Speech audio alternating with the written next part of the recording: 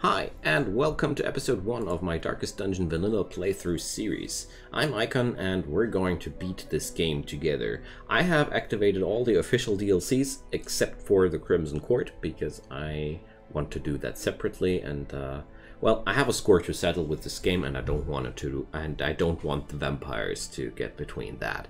So, what you can expect from this series is, I'm going to play through this game, I'm going to explain as much as I can, and I'm going to have fun while doing that, and I'm going to explore as many different combos as possible. I am quite experienced with this game. I just lost track several times of the game when it was in early access. I wasn't motivated enough to finish it. When it was finished, the Crimson Court DLC really bugged me out, and I just put too much difficulty on my plate, to say it straight away. Crimson Court is a really hard DLC compared to the base game. And yeah, so I was stuck in the last 30%, and then I quit it. And this series, this time, we're going to finish it for good. So we're going to play it through vanilla, and if you guys were happy with it, if I was happy with it, if you want to see more of that, we'll see. But this is the series, we're going to make it like that, and yeah. Let's get started. So I already did the first two dungeons that are basically always the same. We had some incidents, so our plague doctor is slightly insane and now busy in the penance hall, chilling out a little bit, while our Vestal is having a good night out at the gambling hall. So we're having a quite roughed up party, and let's see where we're headed today. So at the beginning, I really like to check out for trinkets which I really like, which are useful, like this one. Only upsides to that one. Drifter's Buckle is also a pretty nice one, but I personally want to have that Witch's Vial, because stun skill chance on the Plague Doctor, that's awesome. Alright, so let's get in there, and before we start with the first dungeon, I'd really love if you could leave a subscription on that channel down there. It'll help my work more than you might think, and well, those notifications are your thing if you want to do them. Stay informed. If not, you can help me there with just one click. But more important to me is that we're having some fun with Darkest Dungeon. Alright, let's get going. I'm buying here a few knickknacks and a few things which I know that are just necessary for the course of the dungeon. So that's food, a few keys, a few torches, a few medicinal herbs, because I know that they're really helpful, and a few patches of holy water. I feel like I'm already overbuying heavily, but that's just my style. I like to go with almost no provisions as soon as I have some resolve level 2 people, which are really able to tackle that, but right now we're getting into that dungeon with people who are basically missing more than is realistically possible. I'm not reading those books. I hate reading books. In Darkest Dungeon, that is. Hi. Nice. There's a trap. These curios with the books, most of the time they are more pain than gain, and that's why I really like to skip them. Oh, I didn't check out the skills of my peeps here, but most of the time that works out quite nicely. Alright, so my grave robber is working like that, she's working like that, the others work like that. Good. So it's still Dungeon 3, and because of that, I don't have the guild house available yet, so I can't train any skills in particular, so I have to take my people as they come. A condition which I don't really like, but we can't change that. So luckily our kleptomanic friend Dismas hasn't grabbed those. He's always kleptomaniac. I love it that you're always taking the same people in your party to begin with. But wow, can't we scout a little bit, please? I don't like these traps. Alright, we're getting softened up quite brutally here already, and alright, there's a torch. I'm using that right away. Gotta use a shovel on that, and we're going to get into a first fight of the series. So we're having 3 spiders, so these are not really too dangerous.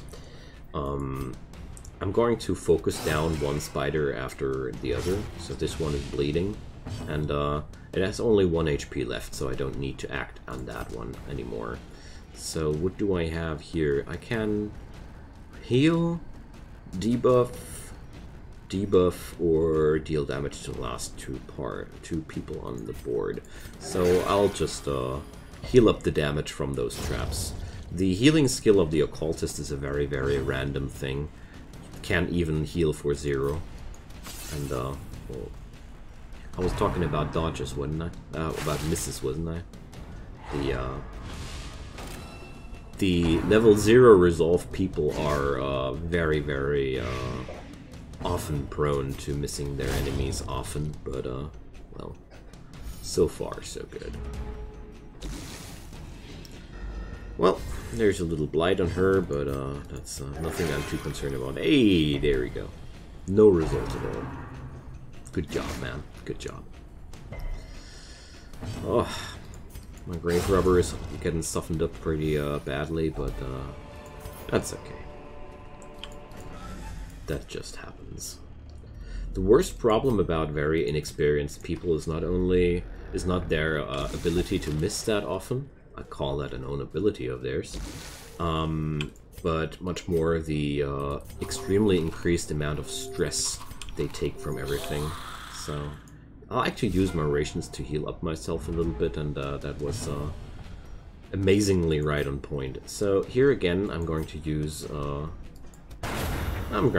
Always trying to take down single targets if possible. Grape Shot Blast is a wonderful skill which weakens everybody on the enemy formation, but at the same time it doesn't deal too much damage, and thus I really prefer to use other things. So I'm going to use the lunge. Shoves her a little bit forward, but I don't think that's a problem at all.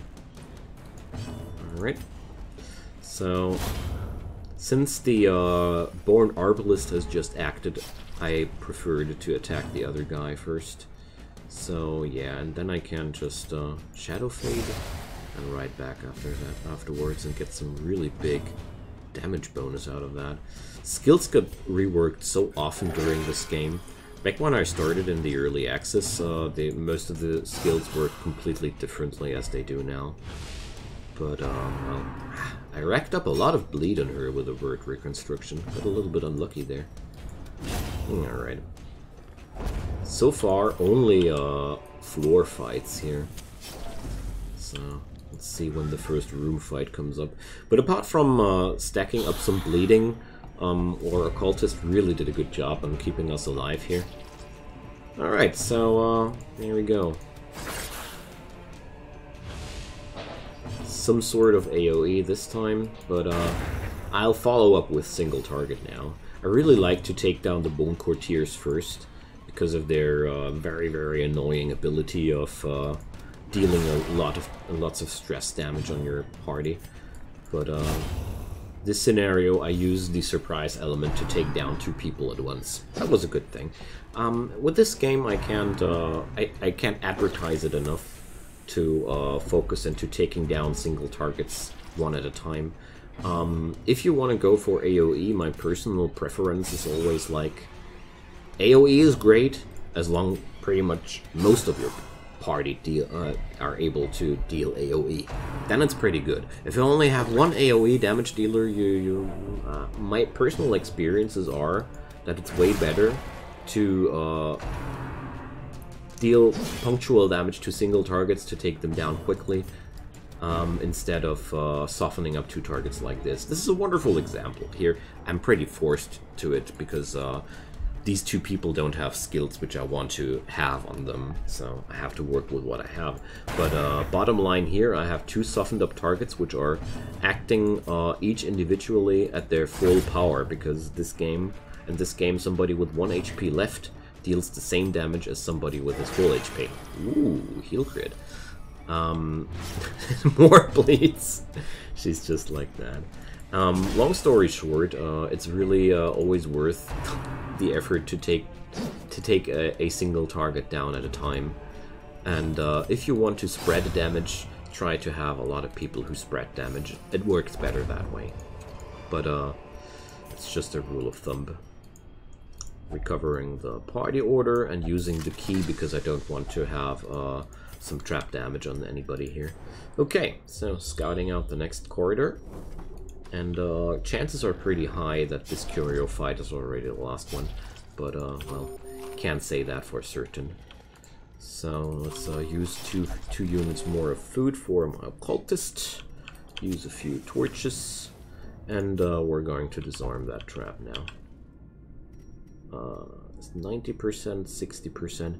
I'm really, well, I'm intrigued to let my Crusader do it because he's so close to going nuts. But 60% chance is really not enough for me. Oh yeah, we're getting another surprise effect. Awesome. That's really been nice. So let's I'm really unhappy with the skills right now with my peeps here. So, but that's just how it works. Alright, so Bone Courtier is out. I'm focusing here this stress damage dealer here first, mainly because I want to make sure that my Paladin doesn't go nuts here. Because if I'm able to take down the Courtiers like that, chances are that he won't be breaking down at all. That would be a good thing. Maybe he grows pious though and doesn't break down. Who knows? So let's use the lunge one more time. And, well, I can't pistol shot that guy, sadly.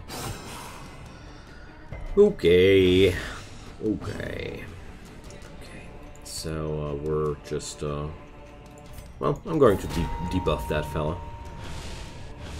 Getting down his damage and protection is not really a necessary thing, but it's better than dealing no damage at all and applying healing we don't need.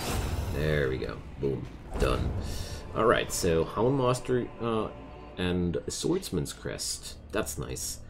I really like that one because I rarely use the healing skills of the Crusader. The suit of armor you can just use as it is.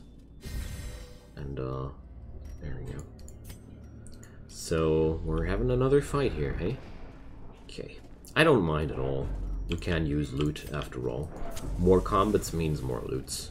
And that's goods. Got it? So, wow, we're so lucky with those surprises today. It's,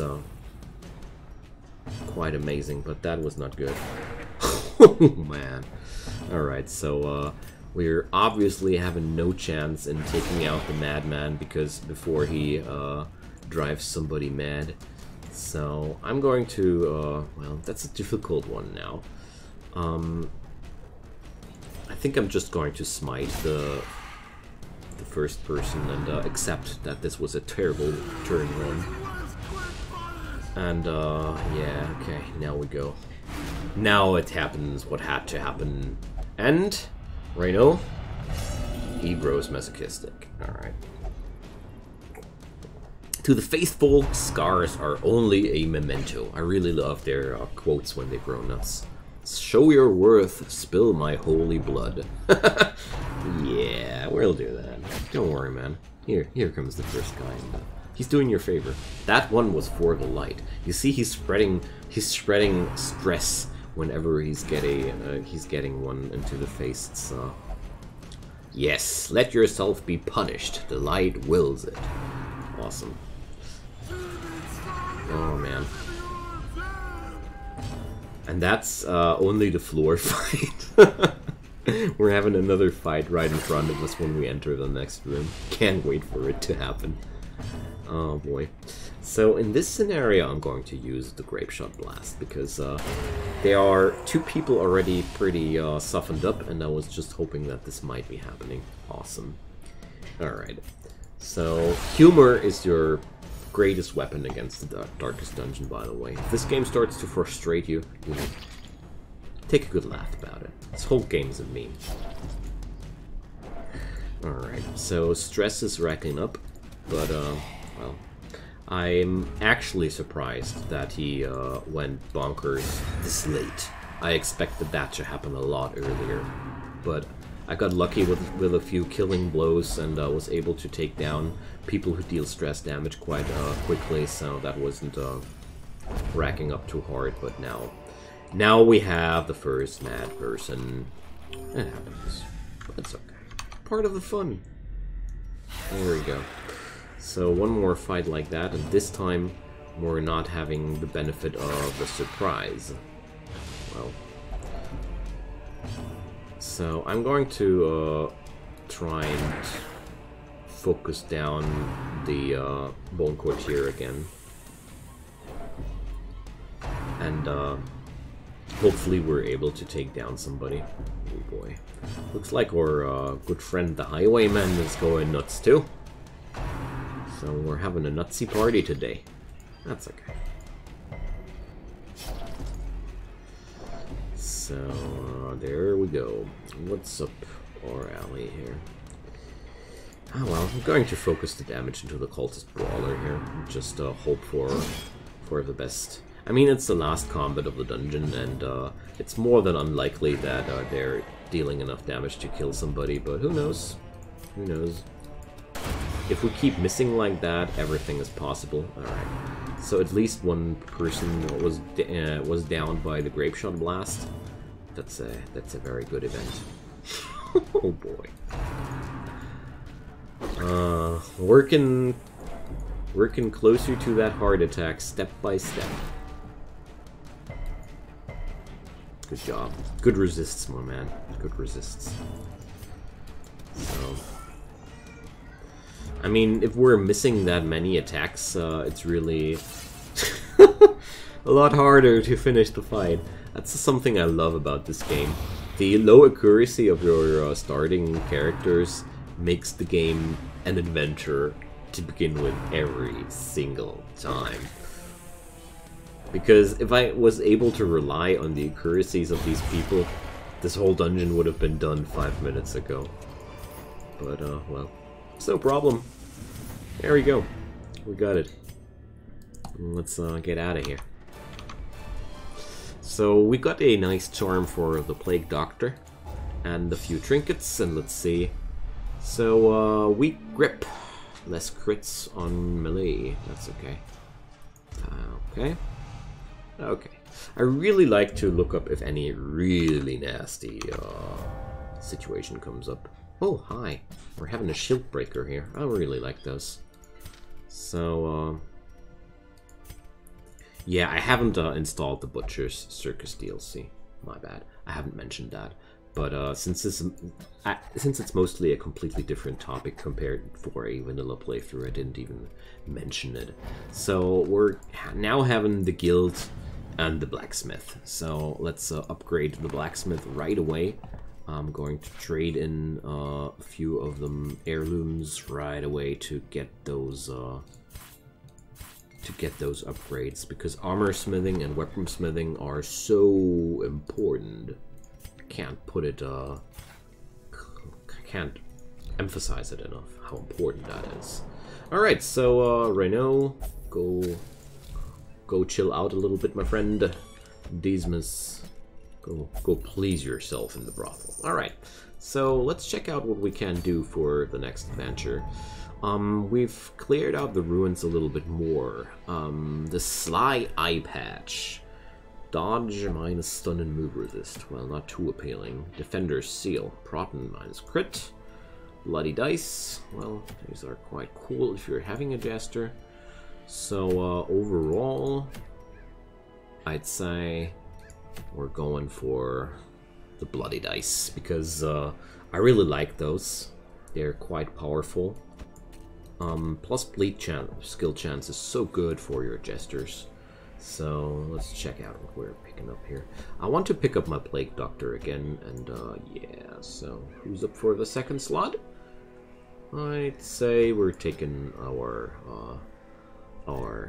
friend, the Grave Ripper again, and you see it is even a formation, so let's sort them like that, and let's check out the skills. This is the most costly phase of the game, and wait a sec. Let's start with that first. So whoever is able to get better equipment, always do it. It's more base HP, it's more dodge, it's more damage, it's more everything, and you want to have it. So, alright. So this woman here has one skill I really don't want to have, and that's the Mace Bash. I want to have, instead, the Divine Comfort. I really like the Party Heal. Brevedon is having an awesome skill set. I don't want to change anything about that. For Penal, I really want to have the pick to the face, because that's just a wonderful skill. We got the chop, we got the purge, we got the solemnity. I really want to have the hue. Alright, wonderful. So, going to explain along the road why.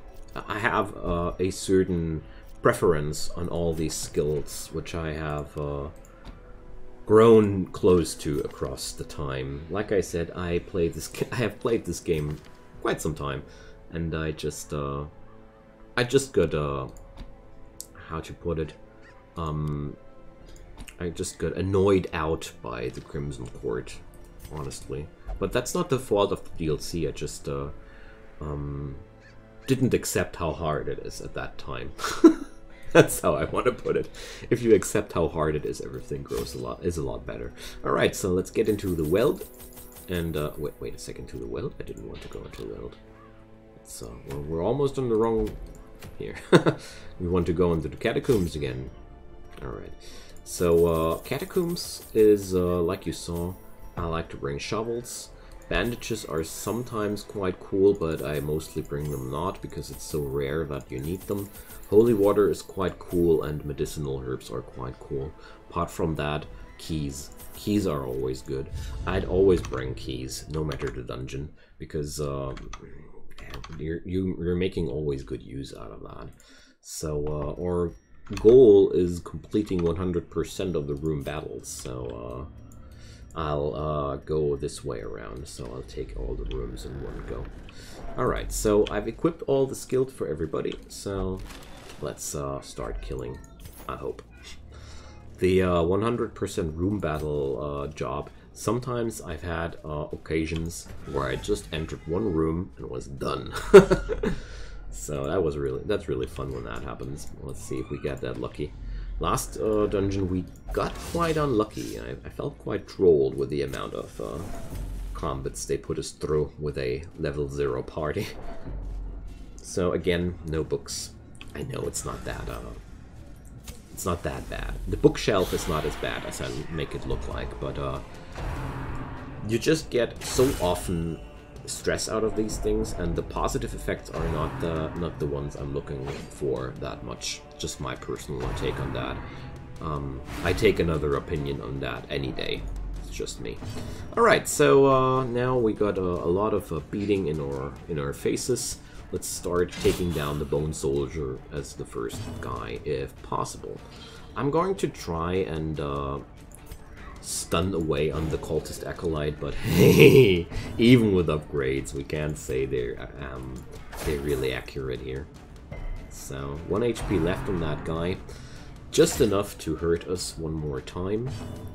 Give it to us, baby, one more time. But luckily, my Leper hits. I really like this class. The Leper is honestly one of my favorite classes of the game, because he's so durable. He's durable, he's strong in what he does. He's only very limited in his options, because most of his skills are limited to the first 2 slots. But if you want somebody who's good at doing his job at the first 2 slots, this guy's your man. Biggest downside on him is, in my opinion, the low accuracy of this boy. It's just no good. Alright, so I'm going to try and do some more stunnings. It's a little bit sassy, I know, but maybe it'll work out. Alright, so I'm focusing down the Bone Arbalist, but well, not like that. Alrighty, so I'd say my Vestal is now off to healing us. So I'm swapping the target now to the Cultist Acolyte. I'm always trying to hit the target that has still actions open. If 3 targets look samey to me, I take those who are still having actions open, because this way, if I'm lucky, I can, like here, this Cultist didn't act, because he was dealing the big blows. Good job, my man. Hey, less of a good job. Not bad, considering this guy's level 0. There you see how it's done. Now do it so as well. Oh, nice, we're getting the scoutings. That's good. Alright, so there's one more room fight up ahead, and that's one of the reasons why I bring keys. because these cabinets are always having nice rewards. Basically, I've never had one that left me behind like, oh, that wasn't worth my key. No. These cabinets are always pretty good. Alrighty. Ooh. Oh, gosh. So many bone courtiers. That's bad. So I'm going to use the flashy daggers here to spread some damage on the back row there. I'm going to use Judgment as well because that deals more damage, because I really want to nail down as many of them as possible. Here the Bone Soldier already took some damage, and just finishing him off like that.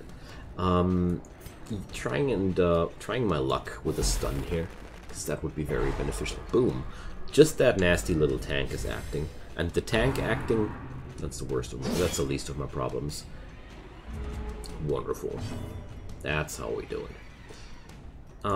Tossing a plague grenade back there, or something like that. Yeah, awesome. Let's try and remove one of them corpses to move that guy on slot 3. Oh, at least my people are able to dodge as well. Ha! Who would have thought? I'm trying to stun away on that defender now, because as you see, he's still able to act. You see that with this little line behind them here. There's no line. That's pointing out that they're still able to act, in case you're wondering. Ooh, there's one miss. Alright, that turn didn't go too well at all. If we look at our enemies, they look as good as new. Alright, let's try and take the Bone Courtier down. The thing about the Bone Courtier is you can't heal stress damage as good as you can heal HP damage. Oh, gosh. So that's a... that's how low-level people fight, you know? Oh, let's go for a Hugh. Good job, my man. It's more of a comedy show here. Oh, finally. But the good thing about that, it stops being that stupid. Your people will miss more often than you like it, even so in the future. But to me personally, the level 0 resolve, the level 0 resolve misses are like they're like a meme of that game. People with 0 resolve are a living meme, you see. Alright, let's blight this guy away. There we go. Rot in peace. Or take a pig into the face, I don't care. As long as you're gone. Okay, speaking about gone, this is also the last key. But that's not a problem at all. So, well, it would have been the shorter road, or the less costly road, to avoid that obstacle completely. But, well, oh boy. Well, we're going to try. Yeah, okay, we just got a trap, and problem about that, when the trap mechanism just springs, you don't get any reward out of that either. Oh, here, that's one of those situations I'm having the holy water on me for. There you can ensure some success on that. Alrighty, so another bunch of spiders. Okay. So let's see if I attacked the right one. No, I didn't. So, stun? No stun. Great.